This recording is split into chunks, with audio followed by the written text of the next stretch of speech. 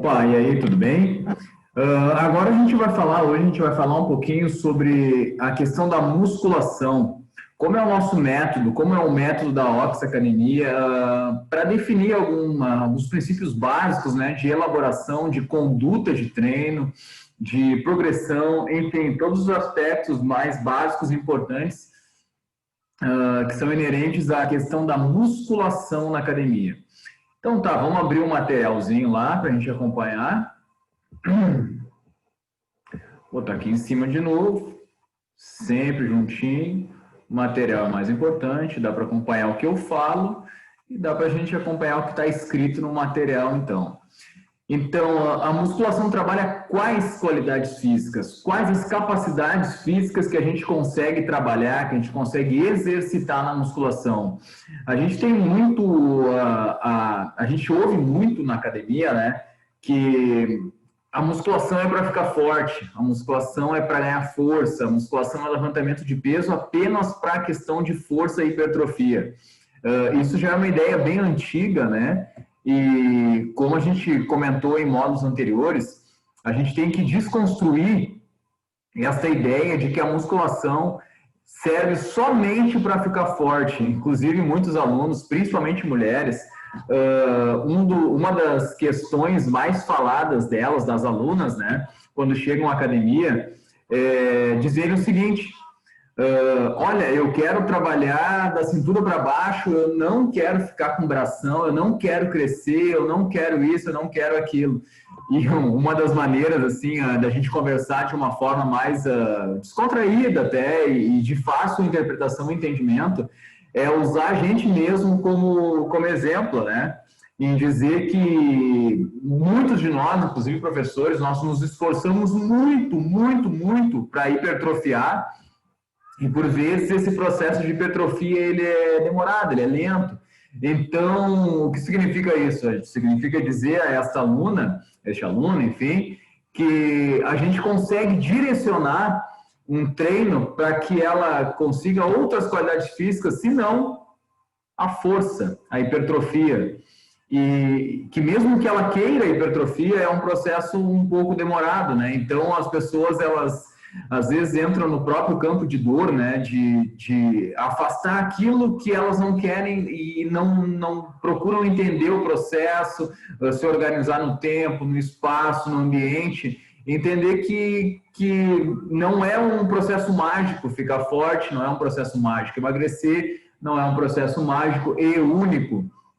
Aquilo que elas entendem por condicionamento físico e pela ideia central da musculação. Então, quais as qualidades físicas a musculação trabalha?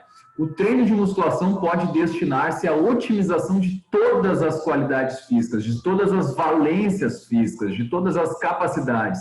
Quando a gente fala em qualidade, é a mesma coisa que falar das capacidades e das valências físicas. Para vocês entenderem, alguns autores falam valência, outros falam qualidades e outros falam capacidades. Então, a intensidade, volume, velocidade de execução dos exercícios são variáveis diretamente relacionadas à força, à endurance, que é a resistência, né? E à potência, por exemplo. No entanto, com auxílio ou não de equipamentos, podemos direcionar o exercício a outras capacidades, qualidades físicas, como coordenação, realizando exercícios múltiplos, multiarticulares, né? Combinados e agrupados, com pesos livres, ritmo e agilidade, utilizando-se de steps, cones, caixas. A musculação nos oferece todas as possibilidades de treinarmos todas as nossas capacidades, nossas qualidades físicas. Então, quando o aluno chega à academia e procura o treino de musculação, e a gente fala sobre musculação, a gente fala sobre um treino que exercita, a gente tem um acréscimo, geralmente, de uma força externa, né?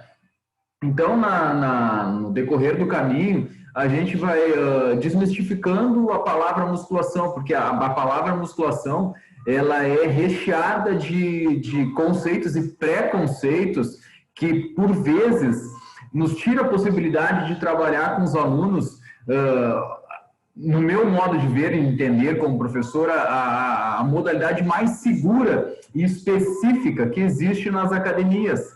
Porque, por exemplo, eu não consigo, até com uma certa dificuldade, não é questão de não conseguir, mas com uma dificuldade um pouco maior, eu consigo individualizar um programa de treino de aula de funcional, por exemplo, de aula de crossfit, de aula disso, daquilo outro. Por quê? Porque geralmente essas aulas elas são coletivas. Os professores aplicam essa aula de uma forma coletiva, ou seja, todos executam o mesmo exercício naquela aula, com uma intensidade maior, menor, individualizada. Geralmente eles individualizam a intensidade, mas o exercício é praticamente o mesmo para todos. Então, na musculação, é a modalidade onde a gente vai conseguir direcionar e tornar o treino mais específico possível, respeitar o primeiro princípio do treinamento físico, que é a individualidade biológica. Então, a musculação, a gente tem que desmistificar e construir na cabeça, principalmente dos alunos, das pessoas, o que ela é, para que ela se serve e para o que ela propõe. Nem que para isso a gente tenha que, de repente, trocar o termo. Eu nunca me esqueço que um professor muito bom que eu tive de cinesiologia, ele nos deu um exemplo bem claro em relação a essa construção, a essa ideia de musculação. Um aluno dele, na academia, que frequentava a academia dele, ele tinha um problema articular X lá. E ele está fazendo um programa de treinamento que visava com que esse aluno recuperasse a força articular, recuperasse a mobilidade, enfim. E o médico deste aluno falou a ele o seguinte: não, senhor, tu saiu de uma operação não faz muitos meses e tu não pode fazer musculação. A musculação está proibido. Tu vai fazer pilates, tu vai fazer reforço muscular, vai fazer qualquer coisa, mas tu não vai fazer musculação. Musculação está proibida. Aí esse professor tinha um contato com o médico deste aluno e ele escreveu uma carta lá, carimbou com o CREF dele e tal, e disse que a partir de então ele ia parar de aplicar um programa de musculação para esse aluno, né? E ele disse que a partir de tal data ele ia começar a fazer um programa com exercícios resistidos, com força resistida, com força externa, né? Com programa de exercício resistido. E daí esse aluno levou esse atestado ao médico e o médico disse para ele assim: não, beleza, isso aí tu pode fazer. Um programa de exercício resistido tu pode fazer. Agora, musculação, não. O que eu quero dizer com isso? Reforçando a ideia do começo da minha fala, que, na verdade, a construção, o termo, a palavra, a musculação só foi mudada de nome. Ou só foi dado à ciência deste médico o significado da musculação sem o nome da musculação, que é um programa de exercício resistido.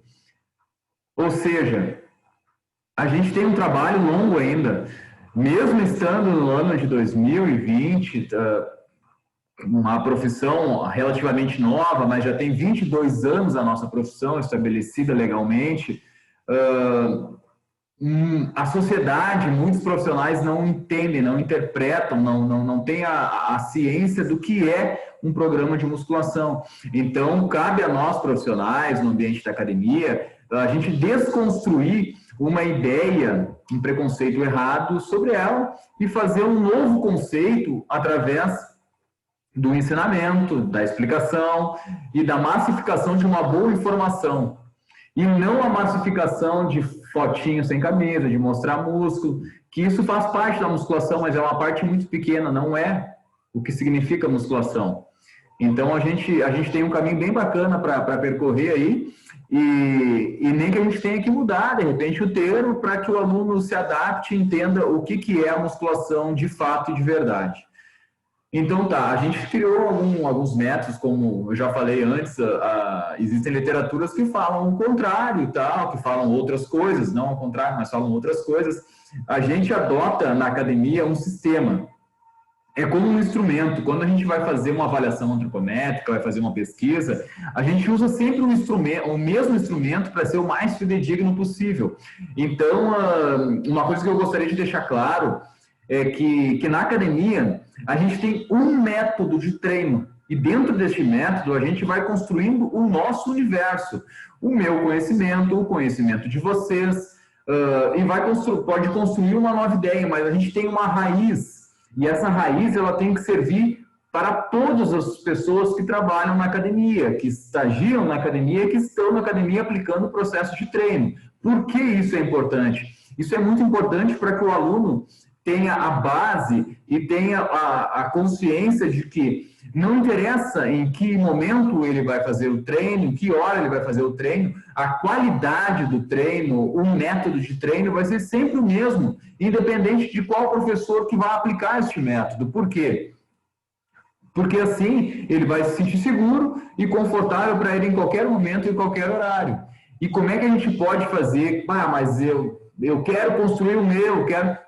Beleza, isso é a melhor coisa que pode existir. A gente sentar, a gente discutir, a gente conversar para que a gente crie uma ideia, mas uma ideia da OX, uma ideia de aplicação da academia e não uma ideia individual de cada professor. Por quê? Porque assim a gente torna uma salada de frutas, a gente confunde o aluno, a gente deixa o aluno confuso na medida que ele está, por exemplo, na questão dos intervalos. O Gustavo me disse que é tanto de intervalo, tu está me dizendo que é tal. O Gustavo me disse que se faz execução assim, tu está me dizendo que é assado. Então, para isso, acima de qualquer aspecto técnico, de qualquer aspecto, até mesmo científico, a unidade de conduta, ela leva segurança, ela leva firmeza ao trabalho. Lembrando, a gente sempre pode construir novas ideias e isso é fantástico. Quem discute, quem questiona, geralmente cria. E quem cria, se melhora. Então, a gente sempre está aberto a novas discussões, mas a raiz tem que ser a mesma para todos. E mesmo que a gente vá mudar ela, sempre tem a participação de todos, mas essa é a base para que vocês entendam o porquê do esqueleto da nossa conduta na musculação. Então, a gente tem ali uma questão básica da musculação, dos exercícios, né? Que são o número de repetições e a qualidade física que a gente trabalha, né? Na musculação. Então, assim, nós usamos as seguintes definições e repetições para trabalharmos as capacidades físicas na OX, quais sejam: força. Então, a gente entende, através da literatura, da interpretação da literatura que a gente tem, que ali a questão da força, a gente trabalha entre 4 e 6 repetições. A questão da hipertrofia, de 6 a 12 repetições. Resistência muscular localizada, de 12 a 20 repetições. Então, aqui, é fundamental entender algumas combinações de séries destinadas a objetivos de hipertrofia, como a sobrecarga metabólica versus atencional, os treinos piramidais, entre outros. A definição de qualidade muscular através do número de repetições se dá fundamentalmente a treinos mais simples, com o mesmo número de repetições em todas as séries. Por exemplo, 3 de 10, 3 de 12, 3 de 6, 4 de não sei o quê. Então, isso a gente define, mas também existe uma combinação de uma série mais elevada e uma série mais curta. Por exemplo, trabalhando endurance e trabalhando força pura. Isso é um conjunto que pode ser aplicado, é uma técnica de treino que pode ser aplicada à questão da hipertrofia, por exemplo. Então, não há confusão. Por exemplo, mas eu vou passar um treino de hipertrofia, não pode ter série de 15? Pode. Quem disse que não? Claro que pode. Ela sozinha define a capacidade, mas em conjunto, assim como a gente falou da balança, né? Em conjunto ela pode dar outro sentido ao mesmo objetivo, ou objetivos diferentes. Vamos lá para a questão dos intervalos, então. Sempre quando a gente montar um treino, esse é o esqueleto básico que a gente segue, tá? O esqueleto básico a gente segue, os exercícios a gente vai combinando, de acordo com a nossa experiência e tal, como a gente vai evoluindo dentro do ambiente da sala de educação, que é a sala de musculação, né? A gente vai definindo essas questões. Isso serve também para, não o esqueleto propriamente dito, mas serve para a questão de outras aulas coletivas. O funcional, por exemplo, o HIIT, todas as aulas que envolvem volume intensidade de uma forma mais palpável, mais visível do que, por exemplo, o jump e a zumba, que são atividades mais soltas, entre aspas, assim, que a gente não consegue, até consegue, mas que é uma forma um pouco mais, não tão prática de definir volume e intensidade, né? Então, ali, qual o intervalo das principais séries de exercícios usadas na academia? Séries de para 4 repetições, a gente usa em torno de 2 minutos de intervalo entre uma série e outra. Muitas literaturas falam em mais tempo, né? Mas isso é um parâmetro que a gente tem, que a gente usa na OX já há algum tempo. 6 repetições, uma série de 6, 1 minuto e 40 segundos de intervalo. Uma série de 8 repetições, 1 minuto e 20 segundos de intervalo. Série de 10 repetições, 1 minuto. Série de 12, 45 segundos. Série de 15 ou mais repetições, 30 segundos. Então, isso, na verdade, é um esqueleto para a gente seguir. Pode variar um pouquinho para mais, um pouquinho para menos, mas o número-chave, os números de base, para a gente ter uma unidade de ferramenta, são sempre esses que a gente usa na academia, tá? Então, ali, qual a melhor maneira de elaborarmos um treinamento de musculação para iniciantes? Vamos subir um pouquinho mais lá. Aqui. O treino de musculação para iniciantes deve ter uma intensidade de, no máximo, média em relação à sua sobrecarga, de modo que o aluno não sinta um desgaste forte e nem saia exausto do mesmo. Ou seja, é o momento em que o aluno executa os movimentos sobrando força, nunca chegando ao seu máximo. Para os alunos iniciantes, é fundamental que eles aprendam, vamos corrigir aqui, ó. A gente vai fazendo a aula e vai escrevendo ao mesmo tempo. É fundamental que eles aprendam a executar e tomem familiaridade com os movimentos, tornando seguro o momento de realização com repetições máximas, carga forte, que já é para a próxima etapa, num próximo treino, por exemplo, né? O aluno, geralmente, a gente tem um mês ali, 3 a 4 semanas, em que ele faz um treinamento base, com movimentos prioritariamente multiarticulares, movimentos com musculaturas, grupamentos maiores, intercalado por segmento, entre aspas, membro superior, membro inferior, abdômen, membro superior, membro inferior, paravertebral, quadrado lombar e assim por diante. Então, a gente intercala por segmentos e faz, prioritariamente, a gente dá prioridade para exercícios multiarticulares de grandes grupamentos musculares.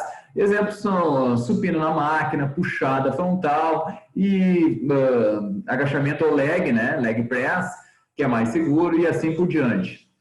Por que não agachamento? Porque agachamento é um movimento que exige alta coordenação, né? E o iniciante, geralmente, ele não tem esse processo de coordenação tão aflorado que eu possa dar um agachamento, a não ser que eu guie muito bem, faça um processo dele, um agachamento, entre aspas, guiado, que a gente vai ver dentro da sala de musculação como é que a gente faz esses processos e no módulo mais à frente a execução correta de cada exercício, dos principais exercícios, né? Tá. Não menos importante é priorizar exercícios multiarticulares, como eu falei, com grandes grupamentos musculares, alternando segmentos e realizando séries com repetições mais altas. O que acontece? Por quê? O aluno quer hipertrofia, por exemplo. Professor, eu quero ficar forte. Geralmente, como a gente viu antes ali, as séries para hipertrofia elas são mais baixas. E séries mais baixas, a gente trabalha com uma sobrecarga externa maior, uma força externa maior. Trabalhando com uma força externa maior, a gente põe em risco e sobrecarrega mais a estrutura muscular, óssea, articular. Então, a gente não faz esse processo mesmo, o aluno quer hipertrofia, beleza, ele é iniciante, está recomeçando, séries com repetições mais elevadas e menos sobrecarga externa, tornando assim o treino mais seguro e menos lesivo à musculatura, porque uma série com repetição mais elevada, ele tem, teoricamente, a capacidade de lesar menos a estrutura muscular, né? Tecidos moles, músculos mais plásticos, os tendões e assim por diante. Até mesmo a questão articular. E por que a gente trabalha também exercícios, prioriza que exercícios multiarticulares? Para não expor uma articulação. Porque geralmente exercícios uniarticulares, eles como já diz o nome, eles dependem única e exclusivamente de uma articulação e toda a sobrecarga da força externa está somente sobre ela. Então, exercícios multiarticulares, alternado para o segmento e com repetições mais elevadas. Exemplo, série de 15. Vamos lá, então. Vamos pular para a questão 5 ali. Diga o que você entende por periodização e como podemos aplicá-la na academia. O que é a periodização? Basicamente, a organização do treino, do programa de treinamento e tal, no tempo, no espaço. No tempo e no espaço. Então, como eu organizo? Trabalho tal qualidade para atingir tal qualidade. Quando eu chego no platô, eu faço um destreino, deixo o aluno descansar, deixo o treino mais leve, para voltar a ficar difícil. Então, isso, a grosso modo, é a periodização, é organizar no tempo e no espaço para que o treino seja sempre eficaz. Então, ali, ó, a periodização é um planejamento que leva em consideração aspectos muito importantes como o objetivo do processo de treinamento, tempo disponível para organizar este programa. A periodização geralmente se divide em 3 ciclos: o microciclo, o mesociclo e o macrociclo, onde alteramos estímulos em função das capacidades físicas trabalhadas para otimizar, para melhorar o condicionamento, bem como a recuperação do período mais pesado de treino. O microciclo confere geralmente a parte de preparação ou recuperação. Podemos entender também como uma sessão ou etapa de treino. O mesociclo são vários microciclos agrupados definindo um objetivo específico. O macrociclo, geralmente, é o período total que disponibilizamos para o período de treino, compreendendo todas as etapas do objetivo principal. Exemplo, o macrociclo pode ser assim: o aluno tira férias em janeiro e fevereiro. Ele treina de fevereiro até dezembro. Então, fevereiro até dezembro é o macrociclo deste aluno. Enfim, este é um aspecto do macrociclo. Uma coisa muito importante também ali, na questão de programar o treino, né, de entender o que são repetições máximas, o que é um RM, existem várias formas da gente calibrar, né, botar carga no treino do aluno. O que o professor Gustavo usa, o que eu costumo usar e costumo indicar, até pela própria prática, os anos de prescrição de treino de musculação que a gente tem com os alunos, uma coisa muito importante da gente levar em consideração o conhecimento. O conhecimento, ele pode ser um conhecimento acadêmico, mas o conhecimento, principalmente hoje em dia, ele passa por nós, ele está voando, o conhecimento. Todo mundo pode ter acesso ao conhecimento. E o laboratório mais massa, mais legal que tem, e devagarinho a gente vai entendendo, é a própria prática. O conhecimento empírico, né? O conhecimento empírico, a prática. Então, através da prática, por exemplo, os marombeiros, eles devem ser muito respeitados também. Os marombeiros halterofilistas e tal, o que eles falam, porque o laboratório deles é a prática, é a experimentação no próprio corpo, no corpo de amigos, de colegas. Por vezes, eles falam coisas que vão muito de encontro, são contrárias ao conhecimento técnico-científico, mas também muitas coisas que eles pregam, que eles falam, dão resultado e são certas. Por quê? Por causa da prática, do empirismo, assim como é na medicina antes do conhecimento científico. O conhecimento científico, do jeito que nós conhecemos hoje, ele tem no máximo 90 anos. E a medicina tem data de 2000 e tantos anos antes de Cristo. Então, como é que eles faziam essas validações? Através da prática. É só um parênteses para a gente entender e respeitar o conhecimento, mesmo que ele não tenha um diploma carregado nas costas, né?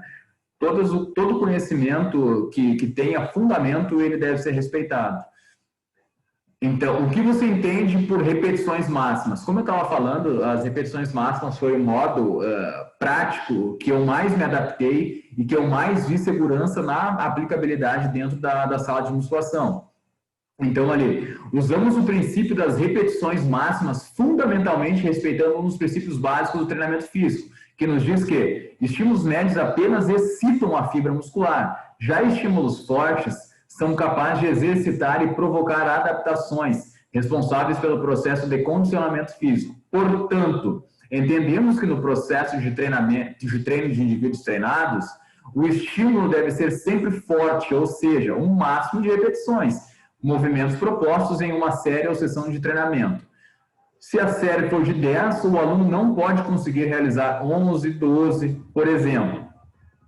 Né? Então, esse é um aspecto bacana de entender e figurando o que está escrito ali em relação à prática. Às vezes os alunos nos dizem assim, eu estou fazendo treino de musculação aqui e eu não estou tendo resultado.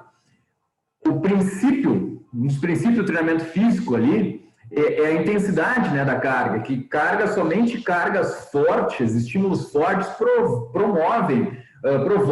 geram a possibilidade de adaptação muscular, de fortalecimento muscular.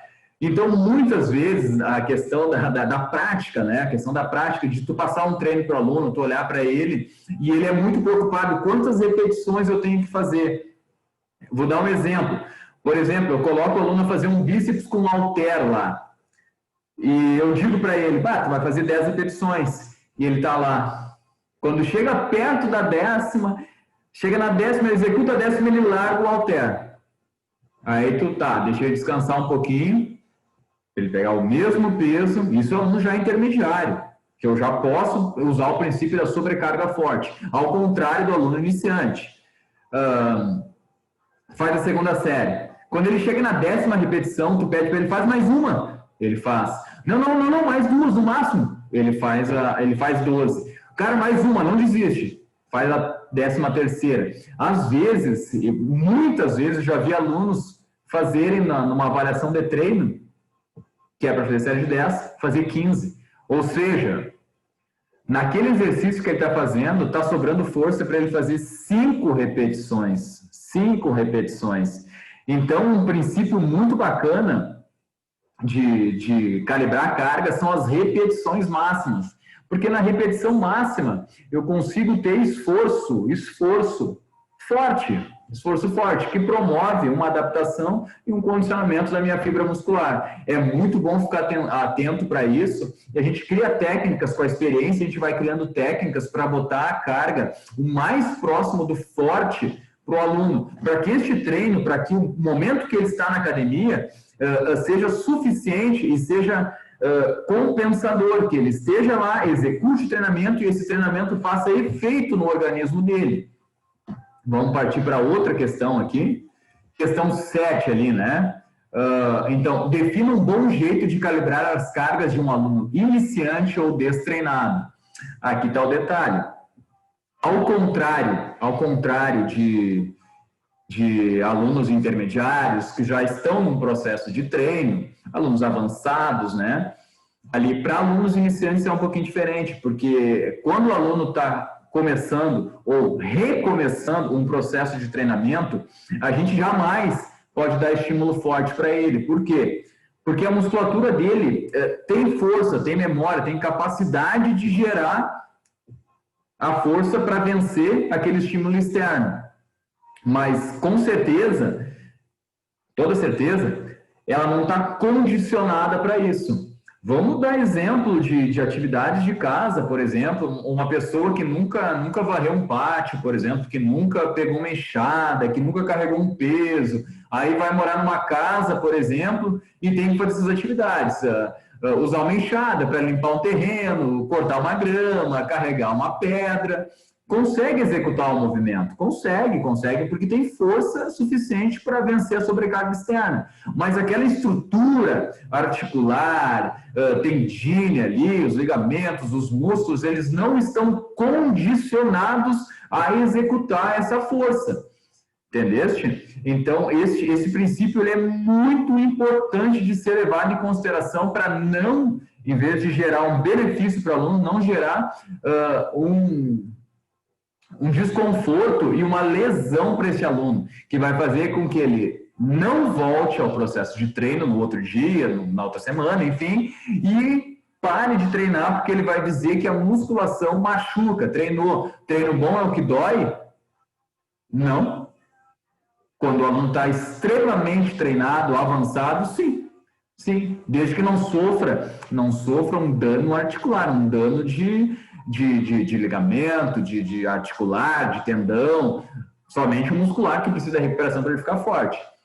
Mas para um aluno iniciante ficar dolorido, geralmente, quando o aluno iniciante ou um aluno que está recomeçando um processo de treinamento, chega no outro dia e diz que ficou quebrado, ficou dolorido, foi exatamente porque o professor que passou o treino para ele não teve este cuidado de explicar para ele que o organismo tem a capacidade de promover a força, mas ele não está preparado para executar essa força. Claro que a gente não pode deixar de falar da exceção, que é quando a gente explica para o aluno, fala para o aluno, e ele não leva em consideração aquilo que a gente está falando, ou seja, entra pelo um ouvido e sai pelo outro. Mas isso muito pouco acontece quando a gente tem eficiência na comunicação, no que a gente está falando, né? Então, vamos de novo ali, questão 7. Defina um bom jeito de calibrar as cargas de um aluno iniciante ou destreinado, né, que está muito tempo sem ir na academia. Para alunos iniciantes ou destreinados, priorizamos o aspecto inverso do princípio das repetições máximas. Ou seja, aqui o ideal é realizar estímulos que sejam no máximo médios. Pois a estrutura muscular, por exemplo, muitas vezes é capaz de gerar o esforço exigido, mas não está condicionada para tal. Ou seja, o aluno pode ser capaz de realizar um determinado movimento com determinada carga, no entanto, sua musculatura, tendões, não estão preparados para este esforço, ocasionando lesões e dores, afastando o aluno de um retorno após o processo. Portanto, usamos cargas de treino com intensidade média, onde o aluno seja capaz de realizar as repetições propostas e ainda segurar o movimento em isometria, jeito mais difícil de ocasionar lesão. A isometria, a contração isométrica, né? No ângulo mais difícil do movimento, na última repetição. Este, por exemplo, é um jeito de calibrar a carga de forma segura. Ou seja, quando eu estou passando um treino, estou passando uma série, estou passando um exercício para um aluno, por exemplo, vou lá no supino máquina que ele faz sentadinho, agarra ali, empurra, volta, 2 segundos para subir, 2 segundos para descer. O que acontece? Quando ele chega na 15ª repetição, o momento mais difícil do supino é no finalzinho, onde o músculo está alongado ali, ele está gerando muita força para vencer aquela carga. Então eu digo para ele, segura 10 segundos aí. Se ele conseguir segurar os 10 segundos e me falar que ficou pesado, eu mantenho aquela carga ali.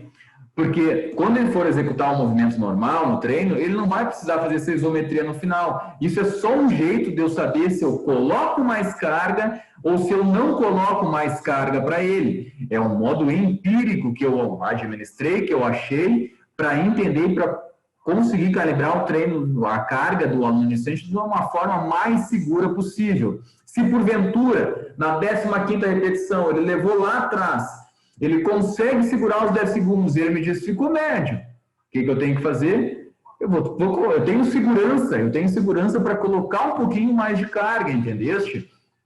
Então, esse é o processo. O aluno iniciante tem que ter sobrecarga no máximo de intensidade média.